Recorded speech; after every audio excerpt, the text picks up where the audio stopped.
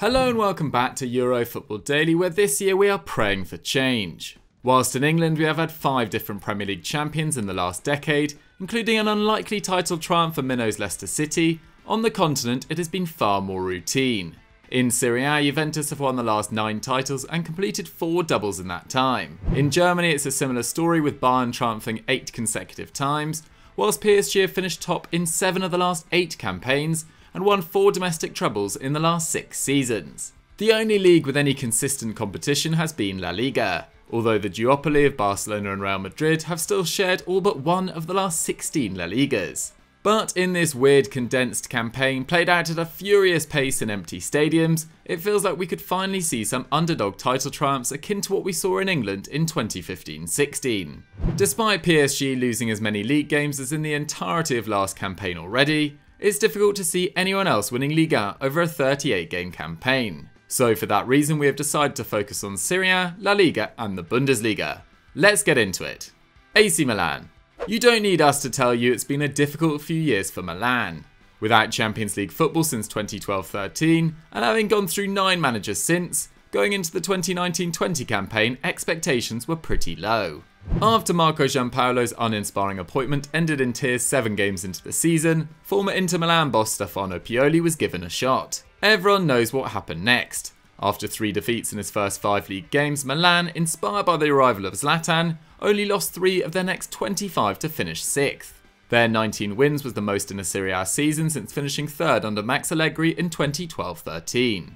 But in truth the tide had begun to turn at Milan before Pioli had arrived, at least off the pitch. 5th in the Deloitte Money League at the time of their latest European Cup triumph in 2007, they had fallen to 21st in the most recent rankings below Leicester City. Without the finances or project to tempt Europe's elite, Milan began targeting younger, hungrier players with a bigger sell-on value. Chief scout Geoffrey Moncada, credited with revamping Monaco and spotting talents including Bernardo Silva and Bakayoko, has been crucial. Milan's net spend since the start of 2018-19, with Moncada arriving halfway through that campaign, has been just €116 million, compared to €260 million over the preceding 3 years. In his time at the club, the Rossoneri have shelled out more than £21 million on a player just once, Christoph Piontek, sold just a year later for a £13 million loss. But the successes are numerous, with the previously unheralded Leao, Benacer and Hernandez now household names, and bargain buys Kayer and Salamakers costing the club a combined €8.1 million.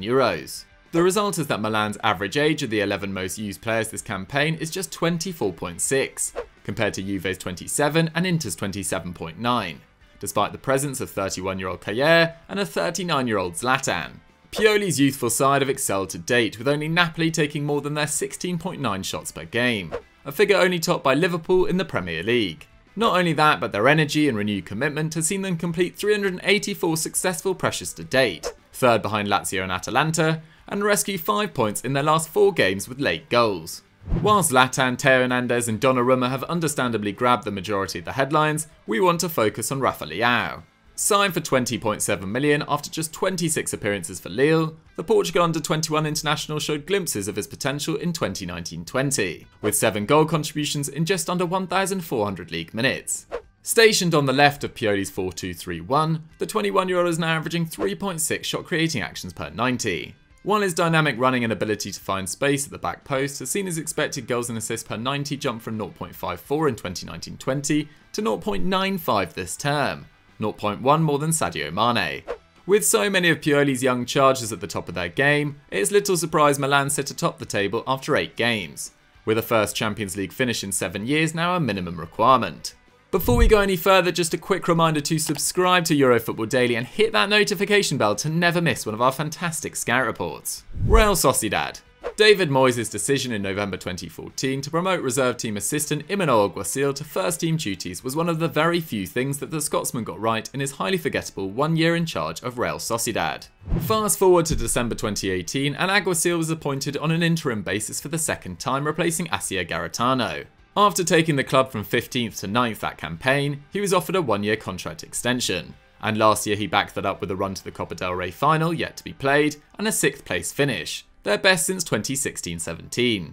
Oyarzabel's side managed to score 56 goals in 2019-20, the 4th best record in the division, and an 11 goal improvement on the previous campaign, and this year his side sit 3 points clear at the top of La Liga after 10 games. He has achieved all of this while turning a €30 million profit in the transfer market since the start of 2019-20, making it all the more baffling that the La Real hierarchy haven't moved to extend his contract, which currently runs out in 2021. It's difficult to argue that Real Sociedad don't deserve their current position. After taking just 5 points out of a possible 12 at the start of the season, they've gone on a 6-match winning run, in which they have averaged 2.8 goals per game and conceded just twice. Only Bayern, PSG and Chelsea have scored more than their 21 goals at the time of writing in Europe's top 5 leagues, while only Atletico Madrid have conceded fewer than their 4 league goals, despite having played 1 more game than their Premier League contemporaries and 2 more than those in Italy. Some would point to their relatively kind fixture list that has seen them play just one of last season's top 6 to date, but their underlying numbers suggest they are here to stay. Whilst Real Madrid, Atletico Madrid and Barcelona can all top their 1.8 expected goals per game, no side can better their watertight defence, currently averaging 0.8 expected goals against per game. And make no mistake about it, Alguacil is the brains behind this. He persuaded 21-year-old Alexander Isak that the Aniota was the perfect place to get his career back on track after Dortmund, and he has responded with 9 goals in his last 29 La Liga games. He also has an eye for a bargain. Portu, signed from Girona for €10 million in June 2019, has evolved into one of La Liga's most devastating wingers, with 4 goals and 2 assists already this season, at an average of a goal contribution every 102 minutes. Not only that, but Nacho Monreal was picked up for just over €225,000, whilst 125 capped David Silva rejected Champions League playing Lazio to sign for the project on a free. But it's not all about utilising the market. Under Alguacil's tutelage, academy graduates Lenormand, Oyarzabal, Guevara, Zubimendi and most notably 18-year-old left winger Ander Barrenetxea have all become regulars, appearing in at least 7 league matches each. But we simply can't talk about Real Sociedad without mentioning their star man, Mikel Oyarzabal, who has contributed 8 league goals in 10 games to date. Despite playing on the left wing, only 6 players in La Liga can top his 4.1 shots per 90, while only Lionel Messi of those in the top 10 can better his shot accuracy of 40%.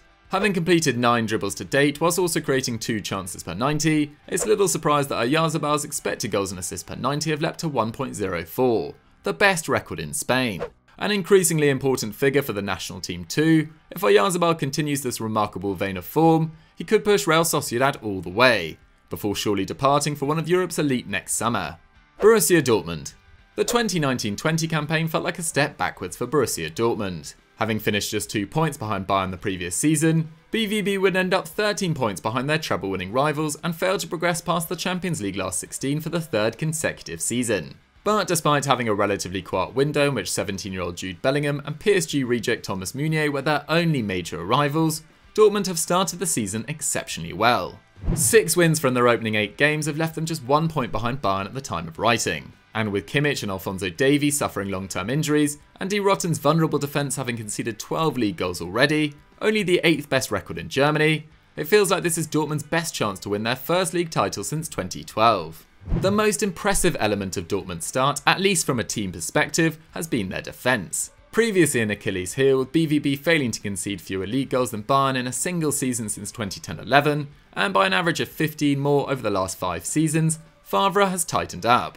Despite injuries to Zagadou and Schultz forcing Favre to utilise a 35-year-old Piszczek or midfielder Thomas Delaney in defence at points, Dortmund have conceded just 7.5 shots per game to date, the 3rd best record in Europe and 2.9 fewer than 2019-20. The main reason for this has been the magnificent form of Mats Hummels. The 31-year-old has completed an insane 84% of his tackles, 7.8 long balls per game, only topped by Kimmich of outfielders in Germany, and leads his side for passes into the final third and clearances.